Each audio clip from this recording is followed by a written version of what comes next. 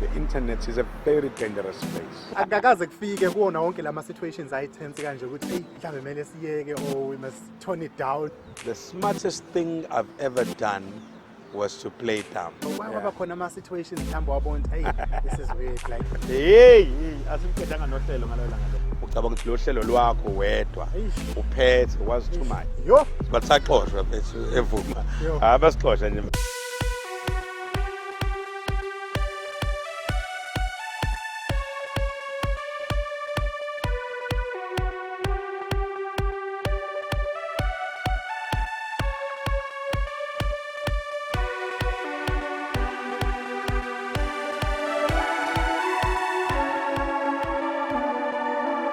Angikubingelele ngwamukele mbukeli kulesi siqephu sokuqala nqa salo ke le podcast la sisho khona sithi ke Faces Behind the Voices. Kama nami ngingusimthande ngokamnyeza.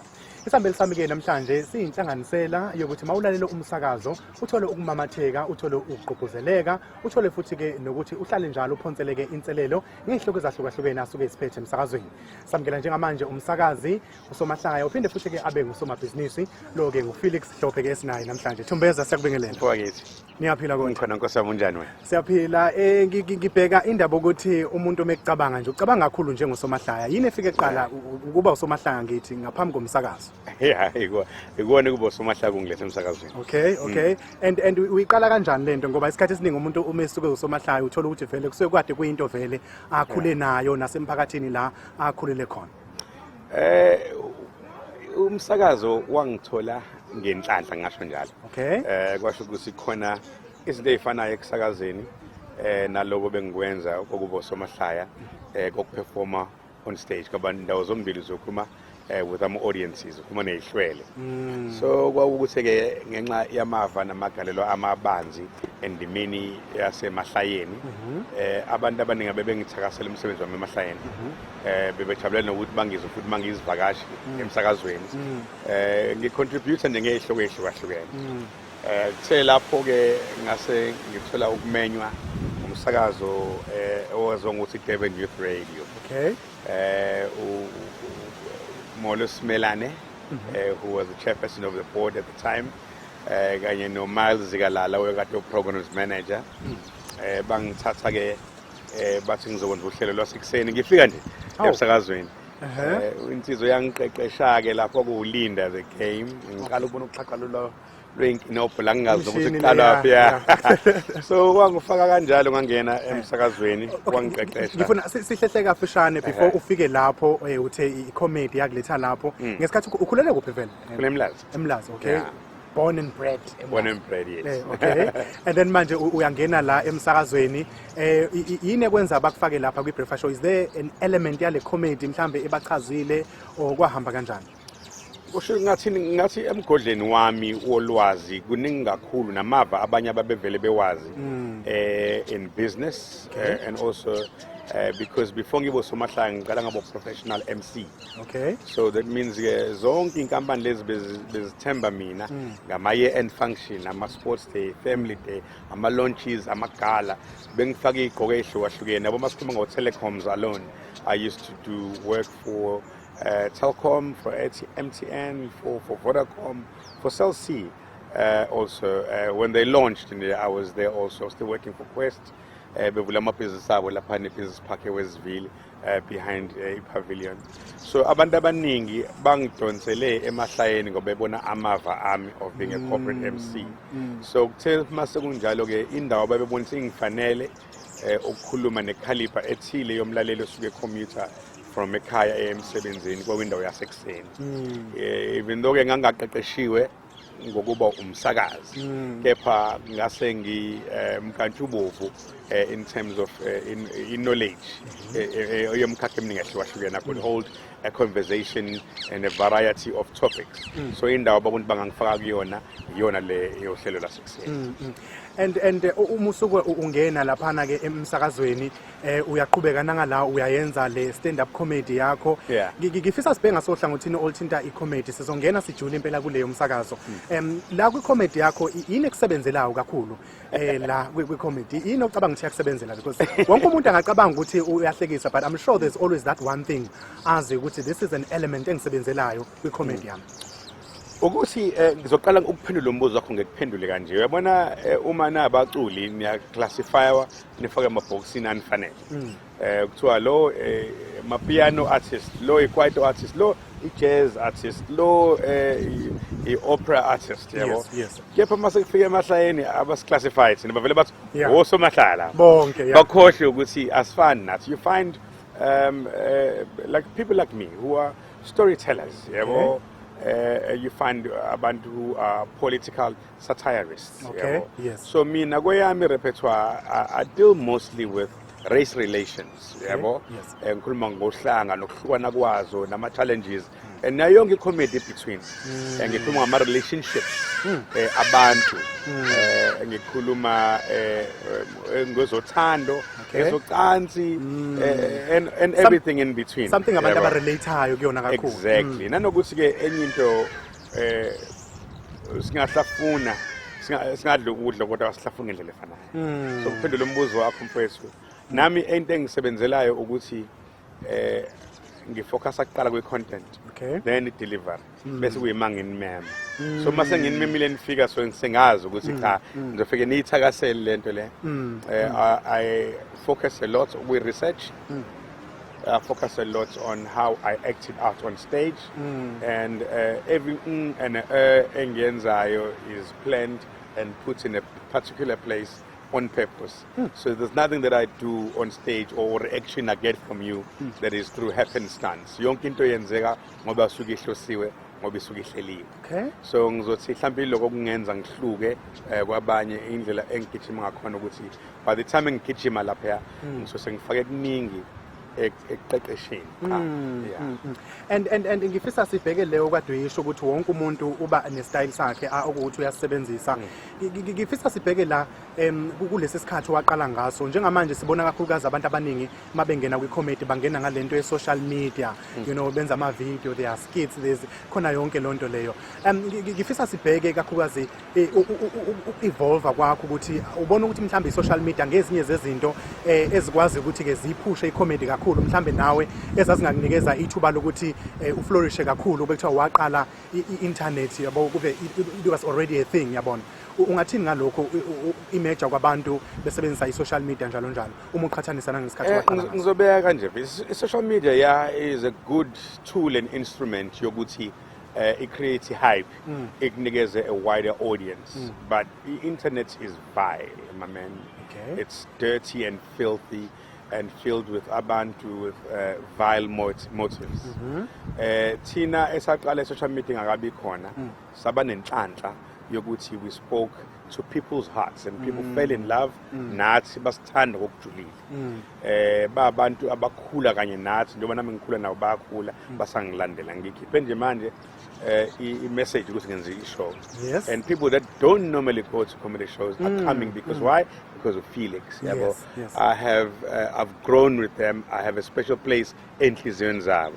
Akufani njengamanje thina sesingathini sicabile indlela yabo sibe kuthiwa yini ama-pathfinders abahlahlibayo indlela abasijoyina emva kwethu nabazoyithatha bahambe isigaba sabo nabo benzela abanye abalandelayo bona bafike nge-social media yabo thina sifana njengo-Michael Jordan owadlala i-basketball before social media and then came LeBron oyidlala esekhona e-social media so sonke sinendlela engafani but mina for me yes iyasiza ukuyifaka emagumbini amane omhlaba i-content yami but for daily engagement the internet is a very dangerous place but obviously I inspire a kid okamhlaba iyalingana njengamanje ongakazi alibeka unyawo eThekwini but okwazi ukubona i-content yami and interact with me on the internet so I would say yes iyakukhulisa kwesinye isikhathi ikunikeza udumo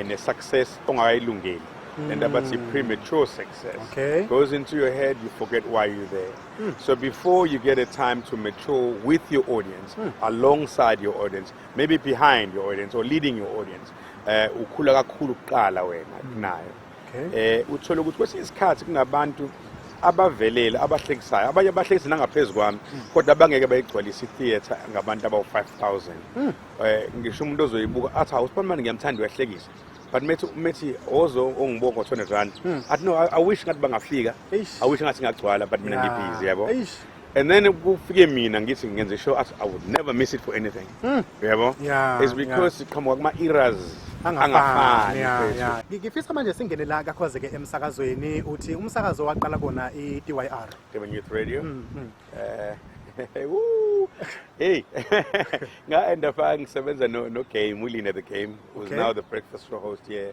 with Vuma FM the good to go breakfast show lapho wephuma yena ezothatha intambo as the new marketing manager but kwakufanele qala ngifundisa ama ropes qala on how to operate this thing bese ngishiya ngedwa he enjoyed my co-hosting so much that he decided uzohlala another season on the radio esebenza nami engifundisa umsakazo unfortunately we couldn't finish the season because it coincided with the time where I was peaking with comedy yabo and it was a new thing vernacular comedy I'm not actually comedy ngolimi lesintu and I had so many stories to tell yabo so I was peaking I caught the attention of the biggest radio station Ukhozi FM Linda Spear mid-season came and scooped me wangitshontsha lapha ohlelweni ngofanele ngilishiye kanjalo ohlelo ngoba ngaqala ngingena ngolesihlanu so ngenza ishow Monday Tuesday Wednesday Thursday Friday mase ngiyongena ngo-past 8 ngala ngizobaleka ohlelweni lami ngala lungakapheli ngibale ngiye lapha e-SABC ngisuke workshop ngiyokwenza uhlelo lakhe as a contributor so then the SABC decided ukuthi no bazongithatha ngizobe i-contributor yakhona just doing pranks and doing live comedy it's funny how that thing happened and then it didn't happen for so many years until kuze kufike uSkhumba no Pop Mapena with Kaya FM to do exactly the same kind of thing that I used to do but this time around with the internet so mina ama pranks ayesabalele but the live I used to do on a Friday being a sabalele and these guys came and did the same thing but they figure out there and it's paid dividends yaqhubeka kanjani le idea yama prank calls vele ama-prank calls ayemasha kuthina emsakazweni wethu wabantu abangitsholo kepha phesheya ekuyilwandle kwakuyinto esipopular vele so from ukulalela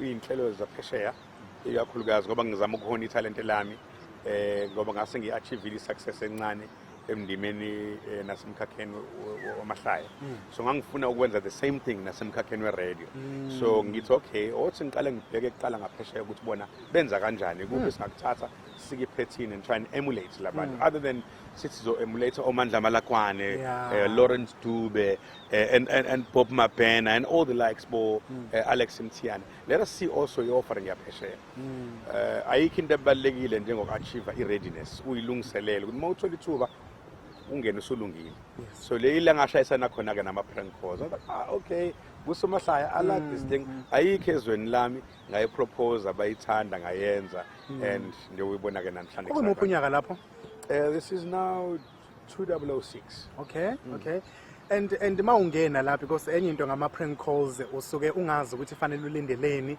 kulo muntu omprankayo kwaba khona ama-situations mhlawumbe wabona hey this is weird like ngangisebenza nompetha ngenhlanhla ngangisebenza noLinda Spear umuntu engangenza naye ama-pranks ngesikhathi we-technical producer kwi-show kwakuMandla Magwaza so Mandla Magwaza is a type of individual othi othatha into wena as a concept umxoxele yona ayenze practical so mangifuna ukuthi sisema-ofisini njengamanje Skependau he will get izinto ngathi khona oshayayo khona ngokhalayo khona i-back chat abantu abakhulumayo la khona abashawutha ngemuva ngibacela babana amadoda yabo kube ngani se-studio sothunjwa so mangikhuluma nawe ngithi ngika-SARS la khona into engahlangani la kuma-tax returns akho ngabe kwenzakalani khona ukhwabani sokwenzile la uqala unyukela amaphaphu nami bese ukuthi hawu wase abana professional kanleyo muntu uzokubopha ama so uyezwa mfethu uyawuzwa nomsindo la hey this is real but ke obviously mfethu amahlaya and kunabantu abayithatha serious abangangendaba amahlaya I remember a funny episode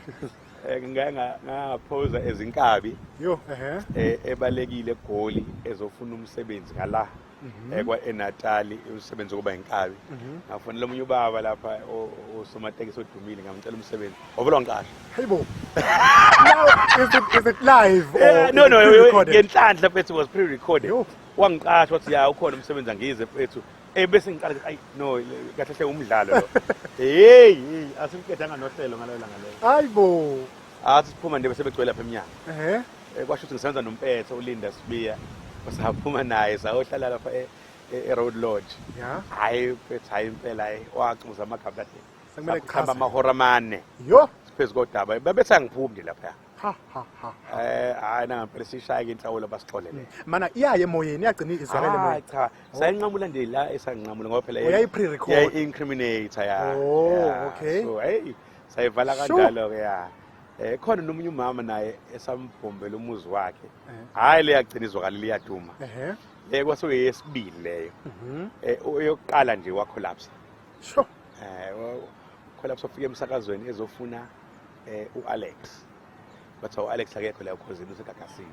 WayeGagasini wasofuna uAlex wenza ama prank bathi hayi uFelix lo usokhozini. Obuya ngasasa ema confused kanti ufuna ba wena. uAlex noFelix sadabula kanjalo nje lapho. Oh, sho.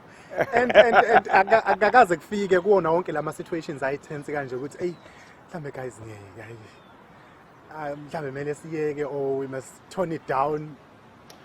Mfethu if you pray for rain, you must have a plan for the mud. Muthandazela imvula ufuna ube nohlelo kumbe neplan for udaka. Imvula osuyithandazela ifika nodaka, yebo. So ama gains ethu ayemaningi kakhulu versus lokho sasikluza ngalezi zinto zazenzeka. Sasikulindele sasinohlelo lwako futhi. Okay. Nabantu bakuvumela mawuxolisa ukuthi uyadlala wenza iphutha ube konyawo lwashayelela ucela uxolo. So kepha ngapha sasuhlelo lihamba phambili siyibambile noLinda. Hey impela ayiseqa. Ayishaya ngamngasho impela sahamba kakhulu. Wabahlonipha bemboni amatekisi emva kwalokho. Ngoba Kakhulu mfethu yazi ukuthi uma usemsakazweni mhlambe sengikhipha nezimfihlo zomsakazo. Mhlambe lo hlelo lwami. Uma usemsakazweni ngasonke isikhathi abantu abasembonini amatekisi bathutha abantu say 15 16 at a time and uyena kuphela umuntu oshayela itekisi one control ukuthi labantu balaleleni. So if you win the hearts of a taxi driver, that means when on a captured audience of 15 people mhlawumbe mezonke amalodi awu4 during uhlelo lwakho bonke labantu laba abawu60 abantu bakho balalela wena. And which is why njalo mwenza uhlelo ufuna ube nohlelo olukhuluma nawe okolwabo. So osomatekisi mfethu saxolisa kubona emoyeni nje bebecelile sabawina futhi inhliziyo zakho zabo. Sarana ne-competition sasibambisana noDunlop okuna khona amathayi njalo njalo. So taxi drivers babaleke kakhulu bawumgogodla.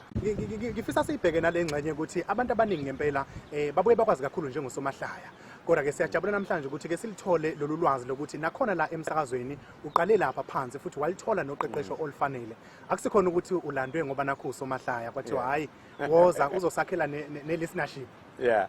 No bese ngiyajabula umbuzo nombuzo ngiyangifisa usisikhathi uyiqeqesha mhlambe ngeke ngikwazi ukuyenza kwama platforms and forums because kuzobe ngathi ngishayela mina ilami icilongo. Emsakazweni bese ngiqeqeshwe ngokuphelele. Ngiqale as a contributor. Ngi-contributor i-comedy ama-prank calls and doing live comedy on Fridays. From there ngasuka ke ngaya ohlelweni lwa Alex in the morning crew. Okay. Ayelibambe ngokubambisana no Inishandu nomamko at the time. Mangifika khona ngicala ngafika ngizokwenza i-summer breakfast show. Okusa umphathi sawuBob Mabena wanginikeza ithuba uAlex engekho nomamko engekho wahamba wabuya. So salwenza ngokubambisana noMinenhle so umphathi weGagasi namhlanje useCEO. Okay. Nomamko nami. Uthe mebuya ke kwisabbatical uAlex waseqhubeka nohlelo nomamko ayinoki. That's when I was in limbo ke yabo because ngangazi noma uzoqasha ngokuphelele noma ngekwenzakaleni yabo. So ngase ngiyaphuma emsakazweni ngafocus futhi ku business lami. Nginethende enkulu yase-Transnet lapha eMtateni so ngiyisebenzela khona ngize ngilandwa ke sekuzoqandwa umsakazo omusha lesson wazi ngokuthi Vuma FM. Oh, okay. Yeah, la saqala khona ke from uma kuthiwa yonke into eradweni ukulinka the thoughts per link, what goes into the link, how you go into sports, interviewing, content creation, yonke into ongayicabanga emsakazweni esiyenza ngamanje, we were properly trained by industry greats who boast years and years of administration and also behind the mic. Amakhehla amadala ko 702 Capital Radio, abantu abavelele ngempela emkhakheni. La ekwathi ke emva kwalo qeqesho emva kwenyanga ezimbalwa ke siqala umsakazo. Sangena khona nakhona ngiyenza uhlelo lasekuseni. Babe ngithemba kakhulu ngoba ngase ngisebenze einhlelweni zasekuseni einingana, yabo. Ngafike ngenza uhlelo lasekuseni kanye noleleti Khumalo. Oh, okay. Yes. I had another show ebengiyenza ngedwa, intokozo weekend breakfast show on Saturdays. And then unfortunately they like to say abasixoshanga batsaxoshwa bethu evuma abasixosha nje mfethu lento bangayi-dress up ngoba we didn't have a charge sheets, there was no HR process, but what's important is Ulinda was terminated SABC, and they were desperate to have Ulinda, and so but they had to make a way. Same thing when Robert Marau. Oh, we booked someone else to do your show. That's exactly what happened to us, Vanessa. So I then left, but I was fortunate because I had applied myself kakhulu ekwenzeni uhlelo lwami, ngadevelop an audience, and so your audience has an appetite for presentation yami ngisho njalo. Kangangokuba eGagasi bangisinetha nje mid season before early season, bangithatha banginikeza i-weekend breakfast show, ngayenza nakhona emva kwaloko uhlelo ngalenza lasebusuku abantu abangabakwazi nalokho. Ke ngenza uhlelo i-GMS Afro Pop and Afro Soul ngena Mondays ebusuku ngo-8 kuya 10. Nakhona, which I did very diligently. I was rewarded with an extra show yange Sunday engangenza alongside Udiva. From there I would then stand in because obviously I was a prime time guy. Ukuze ngangenaso islot ngoba emsakazweni phela uthola islot ngoba mhlawumbe khona mhlawumbe oxekisayo o lokuthe nyawo ngaleso sikhathi leso yayi strong kakhulu lena phela Gagasi, but I was happy ukuba semsakazweni again because ngine passion yakho. But benginokubambela nje inhlelo ehlukahlukene ze prime time. Kuthe makuvela isikhala ohlelweni lwasemini ngalithatha ngilibambile kanye no Clarissa. Lola hlelo ngalithola at 400,000. I then doubled the number and added a bit more and landed it at 978,000 listeners. So it was inevitable ukuthi ngase ngiqalile ukukhula ngokudlondloba lokuyisimanga emsakazweni.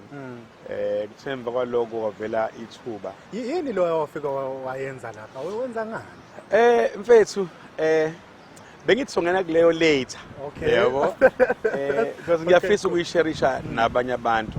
Ukuyimanje umphathi omusha weGagasi uAlex Mthiyana usanda kuyishare leyo nto leyo futhi naye that I'm going to share with you la.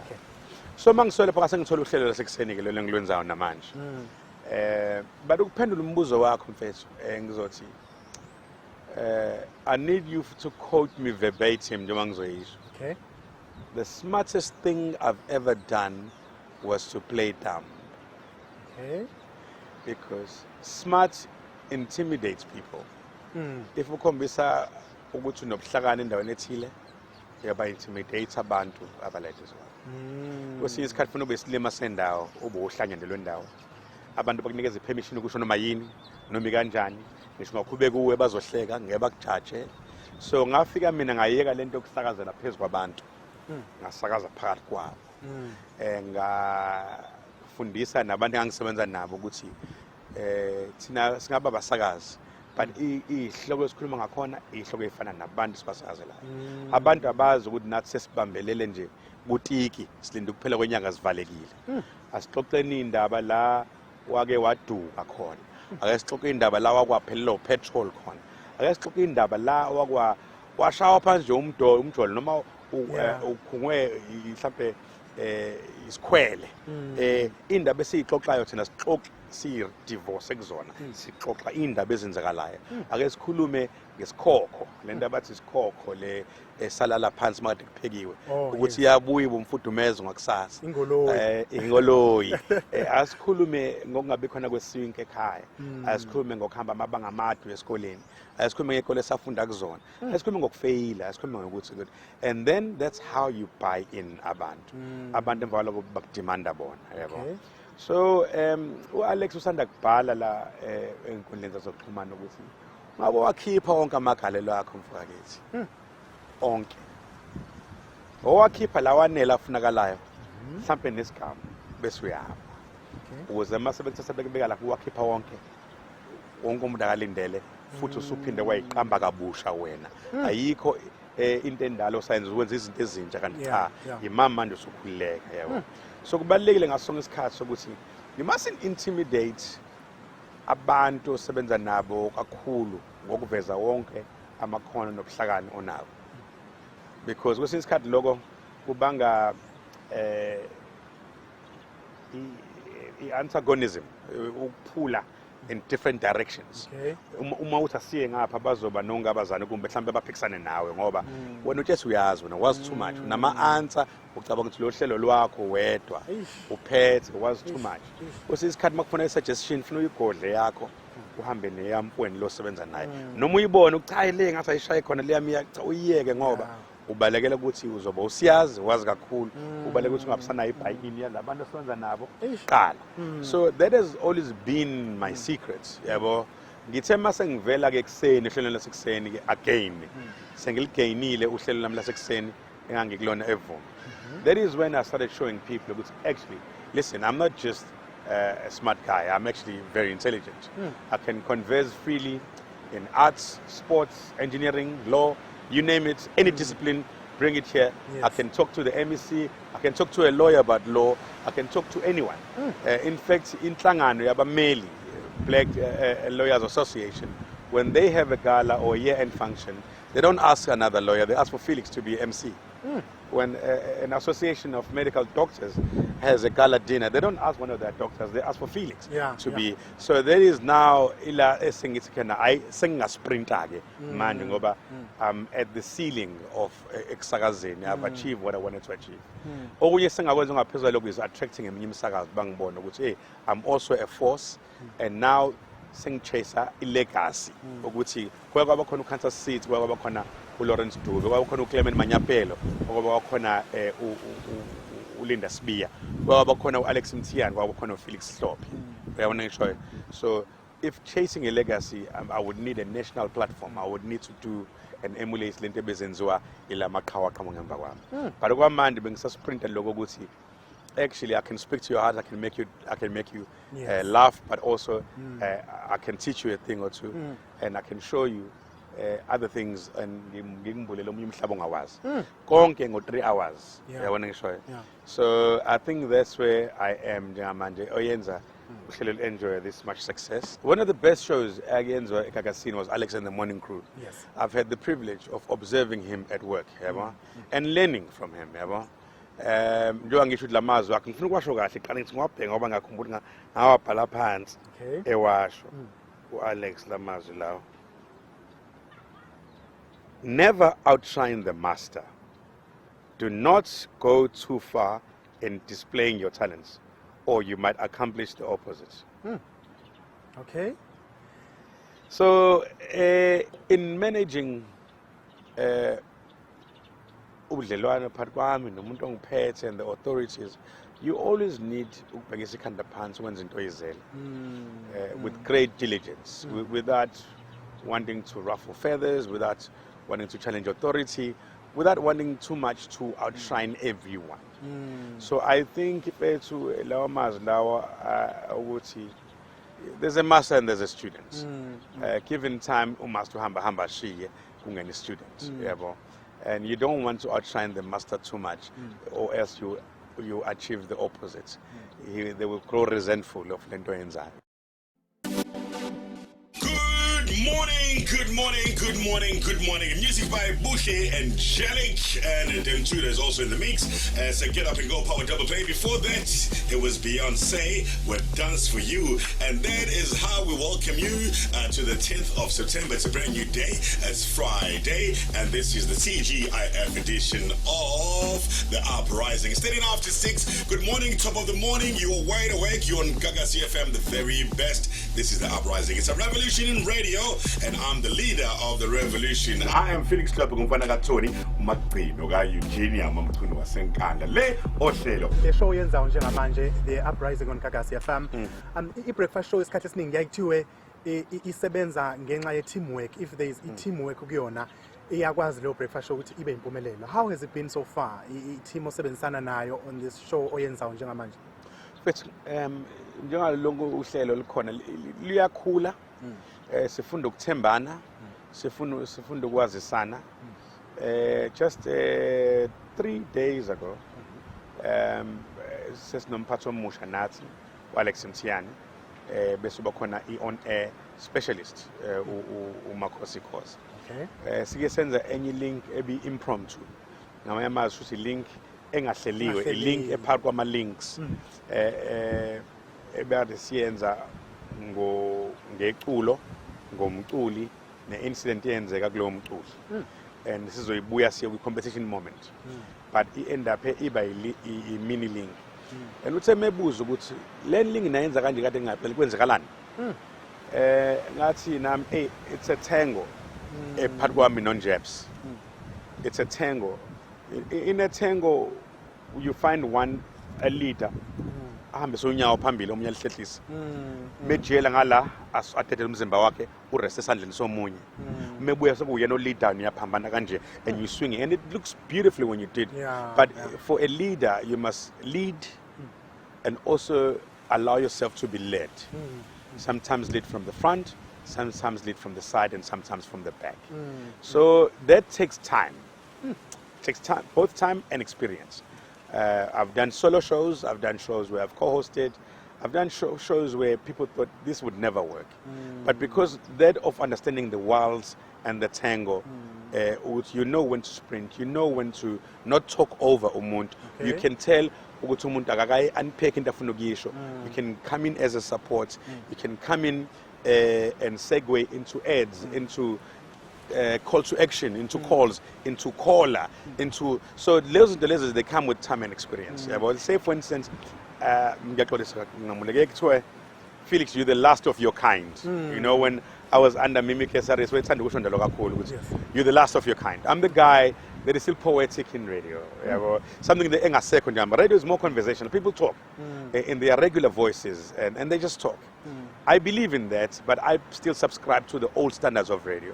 So I'm the guy that will say, hey, it's 20 past in the morning, and seize the morning, seize the day, and that is music by so and so. I would do the time check, I would do the show check, I will do the station ID, I will back announce the music, I will throw forward, I will do a quick recap, I will then engage Ukhozi Wami, my co-host, and I will then exit maybe with laughter. So I'm still that old guy that believes in components and stacking things and doing them. TSL, time spent listening. So TSL into mom sagas ofuna ngasonke isikhathi uyiphusha. I've become a master of that thing, even if I have to say so myself. I can start a story now and end it at 9:15. And I will increase your time spent listening. You do say things like, hey, you'd never believe what happened to me this morning. I thought this would never happen to me. In fact, the last time this thing happened, a friend of mine ended up in jail. I'll tell you all about it when we come backstage. You see what I've done? Parking over the stuff through my ads, through 2 songs, and I will, exactly. I've increased your time spent listening by just telling you an unfinished story and entice you to stay. So all those elements, they belong a common zao, and you need to tick all these boxes, So is the theatrics, the vocal gymnastics, and coming back into sense and joining seamlessly elements so that it's one flowless, so a flowing thing seamless. Do you understand? Yes. So those things are what would catch you or set you apart from the rest. So I still subscribe to those standards. Siyakubona la futhi nakwezokulingisa sizophinde sikhulume ngendaba yezamabhizinisi kodwa ngifisa usithintele kancane le yezokulingisa ukuthi uhamba ugcinephi ke kuyona. It's ukulingisa. I was never formally trained, other than the training with drama in high school. Okay. I've played a lead in many plays esikolweni, and I forgot about that and I packed it away until such time that I've always had an interest to be on TV. So do what exactly being a show. Now I'm singing a show, but that's a story for another day. But because of the followership engiyoyayo kakhulu uthando labantu enginalo lezi izinto abayifunayo ama producers of shows because what I do on stage performing has a lot of synergy with what is done also on set doing a drama series or whatever not. So I started catching the attention of the powers that be. And the one time Bang Biza to audition for Isibaya, my audition partner was Celeste Ntuli. Oh, she got the part and I didn't get the part. Oh, okay. But funny enough, fast forward a few months later, I was doing the launch of a new Soapy Awards called the Royalty Soapy Awards. Yeah, winning Chava. And ngithe at the bottom was the owner of Ipom Productions saying, Felix, pack your bags, we're going. Unfortunately, I said to him, hey, I just signed up a contract with Vuma as a breakfast show host. Unfortunately, I can't. So I thought it was a dream denied. Until such time that now I'm getting calls left, right, and center. Hey, come to this, come to this. It's something that I enjoy, or something that engithanda ukuthi ngiyithike off the bucket list yami. It's something I've got a knack for, but angakabi nayo like real proficiency in it. Engisadinga ukufunda ngicathule bangibambe ngesandle and learn. Mongibuka ke nami iminyaka yami seliyoshona manje. So angisakwazi establish a new career in acting, but it's something I'll always have a passion for. Whenever there's a good opportunity, I will take it up. But as a career, maybe not. Yeah. You're also into business. Sitshele ngamabhizinisi akho, siyazi unejini yakho, sitshele kabanzi. Fethu amabhizinisi ongasanginayo, the one I'm most passionate about iyona leyo of being a gin purveyor. Okay. Because you do businesses and employ your own skills. But should anything happen to you, your business will perish with you. That means your children and their children will never benefit from Leon. So I needed something which is a legacy business. In this as an outlaster, that would live on and continue to provide for my family long after I'm gone. So ngithema ngicabanga ukuthi actually ngiyayithanda gin, and there's a new gin craze. Much as there's a champagne craze in the rest of the world, and the champion champagne makers come from France. The champion craft gin makers come from this country, and I'm from this country, and I love gin. And I see if ngizo mina limited to the sidelines with my arms folded, while I figure my gin amasha every month, ngingangeni mina kuyona kuyobe ngizenzela a disservice, not just mina but nengane zami. So I then established my own brand. I found a place into the hearts of my people, and then I designed it so that it appeals even to people that don't know me. We were gunning for offshore markets, and we are growing in leaps and bounds. We're going to see possibly a launch pretty soon in the next 6 months. In the first 3 months, obviously, it's going to be soft launches and shelving it in a 3 months lead. But it's taken me a long time to be where I am today with Ijin, from lack of funds to many challenges, but yonke into enkulu it requires big efforts. So it's that I'm very passionate about Bambata. It's going to be very successful. ngeke uze ube coincident noma inhlanhla kuzoba because of what we put in kuyona. Ibhambatha gin yaziwe endaweni bengazi bayithinte bayayazi ngayo. Masifikile sebekwazi ukuyitaste abayiphuze kuzoba enye into yabo. So that is essentially my business. My business is recruitment and headhunting. My first business was that of a recruitment agent. I used to work for Quest. I grew up nakhona in the ladder kakhulu yabo. So to an extent that ngisebenza kwamanye ama agencies as an ops, as a senior key account nakhona futhi still emulating success ebenginayo in my early career. I then opened my own Felix staffing. That is where lots of people in this parts of Durban know me from, because I've placed them in many banks and other institutions, at call centers. So that is where Nakona was just provisioning of staff and so forth and so forth. So that is my passion. A low passion le English to Steve Doring. So I have a company called Tingo Imani Africa that does Steve Doring.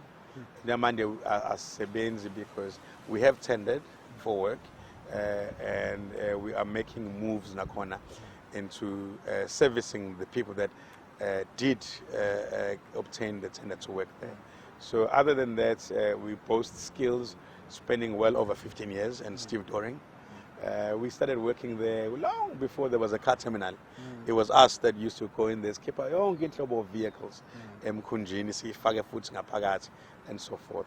So it's that and container Steve Doors I'm passionate about. I'm also passionate about the food. As you all know, which I used to own a restaurant. My wife also owned a restaurant. We are again establishing a new one now. So food and beverages in the hospitality industry, that will always remain a passion of ours. And I think that is where we're going to retire in food and bev. Yeah. Okay, ngiyafisa sisibheke la kade ngibone announcement yakho ku social media uyasho ukuthi ubuyile stand up comedy nansi ne covid ngala ithini into. That's if umuntu observant, you observe izinto eziningi about the industry that I'm in and how careful I am in treading and navigating my way through my career in comedy. In comedy, if you notice, you would realize I do comedy by myself. I do one-man shows. I don't do lineups anymore because I stopped telling jokes a long time ago. Started telling stories. And when you do a lineup of 7 comedians and you get allocated 15 minutes, by the time 15 minutes, I'm like, intro so I decided to pursue a solo career. So I do my one-man shows. And nakhona, again, when you pray for rain, you have to have a plan for the mud. You have to deal with the mud. And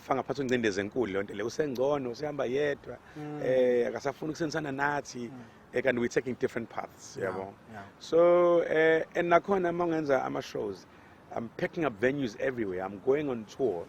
I'm nominated for awards. I'm winning awards. I'm always having a show.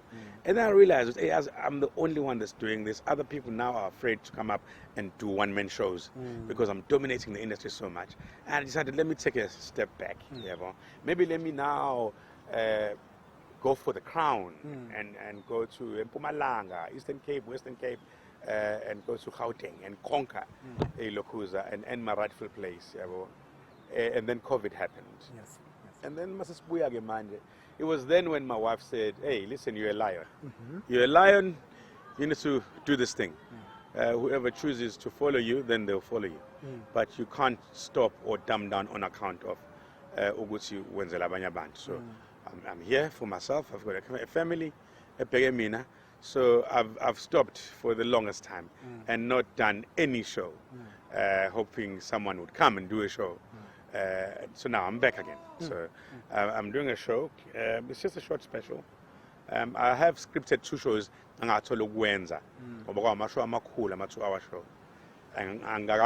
scripted aphelele, Same Danger, Nemerit. So manje sengenza lengenza manje, which is a sequel. Part 2 show. So this is Husband 102. semester 2. Yeah. And then it's happening on Mondays to Friday. Yeah. How does that work? Like, and also taking into indaba ye-COVID, angithi? Yeah.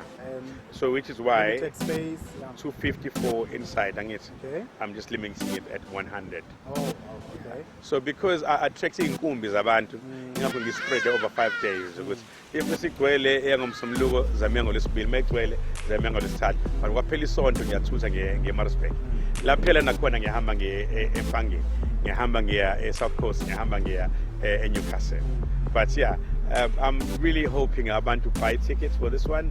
I'm going to put my best foot forward. It's going to be a humdinger and a roller coaster of the show. Yeah. No, sifisela inhlanhla kakhulu siyazi ukuthi uzokwenza umsebenzi oncomeka kakhulu. Isikhathi sethu ke siyasihlupha ngempela kuzomela sibambe la kodwa siyabonga kakhulu ukuthi ke usibone namhlanje. Nana mina iliphi ilanga futhi mohlabi ikhwela ngesondela. Siyabonga kakhulu. Sibamba kanjalo ke kade sinaye uFelix Hlophe sikhuluma kamnandi ngohambo lwakhe. Phinde futhi usihlangabeze nawe siqeqesane naye. Ngiyazi ukuthi abantu abaningi isikhathi esiningi babekhuluma nawe nje manje bavamise ukuthi bakubize ngaleli gama lalendima wayidlala kaAnti Lungi. Avela abantu abaningi bakubiza kanjalo vele kunjalo. Yazi sengiyathanda nokufola ngathi ngangena ku-ID ke manje Aunty Lungi. Ube uThembi Aunty Lungi. Noma ngaba uAunty Lungi Thembi.